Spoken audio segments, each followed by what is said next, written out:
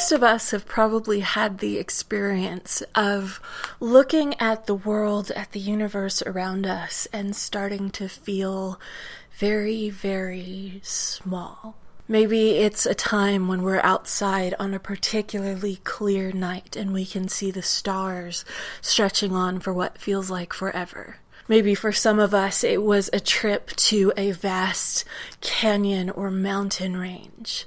Maybe for some of us it was going to a huge city that was bustling with thousands and thousands of people going to work, running here and there, doing life, getting things done, and feeling lost and small in the middle of it. For some of us, maybe it's hearing facts about our universe, like how many times the Earth can fit inside the sun.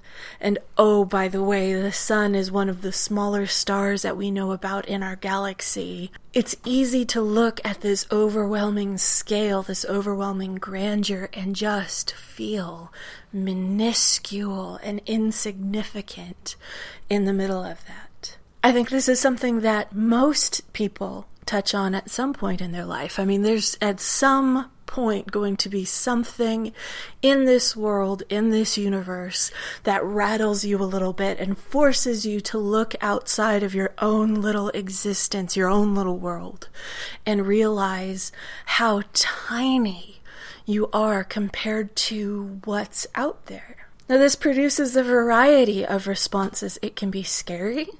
It can feel very threatening. It can lead to a kind of nihilism, or just the idea, like, well, nothing I do really matters, so I guess I just better kind of live my life in the way that seems good, because what difference does it really make? But for us as believers, I think it brings us to a really powerful understanding of what God is like, and of what he was thinking about and feeling when he decided to create humanity.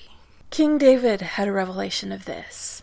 If you consider how he grew up, tending the sheep, probably spending the night outside, sleeping under the stars, much of his childhood, little forgotten David, kind of disregarded by his father, by his family, but he's laying there keeping a watch on the sheep, maybe playing his harp, talking to God, and he taps into something. We read about it in Psalm 8, where he says, "When I consider the works of your fingers, the moon and the stars that you have ordained, what is man that you are mindful of him?" There's that smallness, there's that gap that David's touching on of the universe is so huge, but he's got that foundation of knowing the God who created it, knowing that he is the one who called the stars by name, that he is the one who stretched out the heavens like a curtain. And David sitting in the wilderness with his little sheep in little backwoods nowhere Israel, going, who are we as humans that you even care about us? Like, you think about it, God is the one who created and who upholds and sustains the entire created order.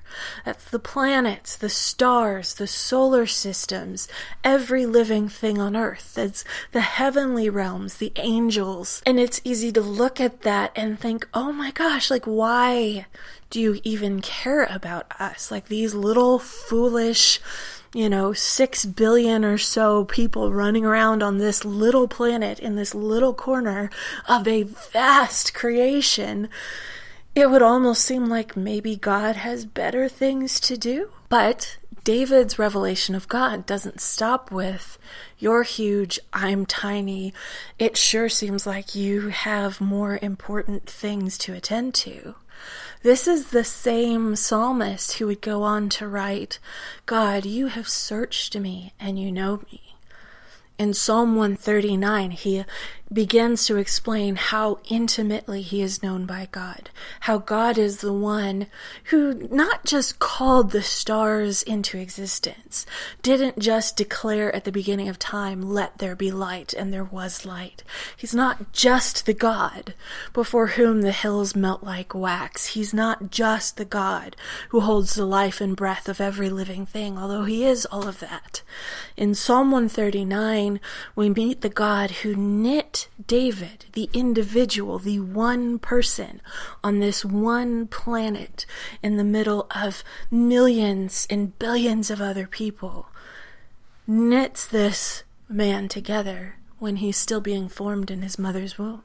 You see David's writings throughout the psalm, and he shows this intense confidence that when he sings to God, that God hears it.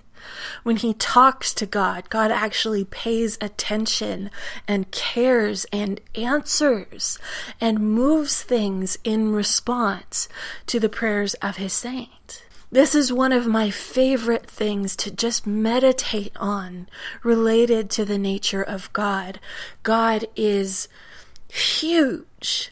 Beyond huge. Huge is not even an accurate word to describe him because he is so far beyond the created order. He is transcendent. You see in Revelation 4, Isaiah 6, when the angels around his throne are talking about him, they use the word holy, which most literally refers to transcendence. You are so far above and beyond what we have ever seen or heard that you're of an entirely different order of existence that we don't even have good words for. So God is transcendent. But God is also immanent. He is close. He is near. He is present in this moment with me, with you, sitting here watching this, sitting here talking about this. Like he is with us and near to us. None of us would write to a celebrity and go, "Hi, I think you're really cool. Let's be pen pals." Or, if we do, we don't really seriously expect to hear back because these people are busy. Of course, they're not going to pay attention to little me, who is just one person in a sea of faces who just likes what they do. But God, who is the author and the sustainer of the universe, of the entire created order, spiritual and natural, the God whom the highest heavens can't contain, the God who can command things into existence with a word, he's here. And he sees me and he cares about me and he knows me deeply. And when I talk to him, he hears like that. And when I say I love him, it actually moves his heart. This is amazing. Like, if we really keep a hold of this, if we really get our hearts wrapped around it just a little bit, prayer isn't boring. It's not a stiff religious duty. This is our opportunity to connect with the living God, the biggest, most important, most mind-blowingly amazing being. And he actually cares, and he's actually near. So this is worth taking some time on. Like, there's only so much we can talk about it and get the concept. And, oh yes, God is transcendent and God is immanent. Those are both good topics. This is something you gotta chew on. This is something you gotta pray about. You've gotta get it into the routine of you talking with the Lord and asking that question that David asked, who is man? Who am I? That you are mindful of me, that you care about me.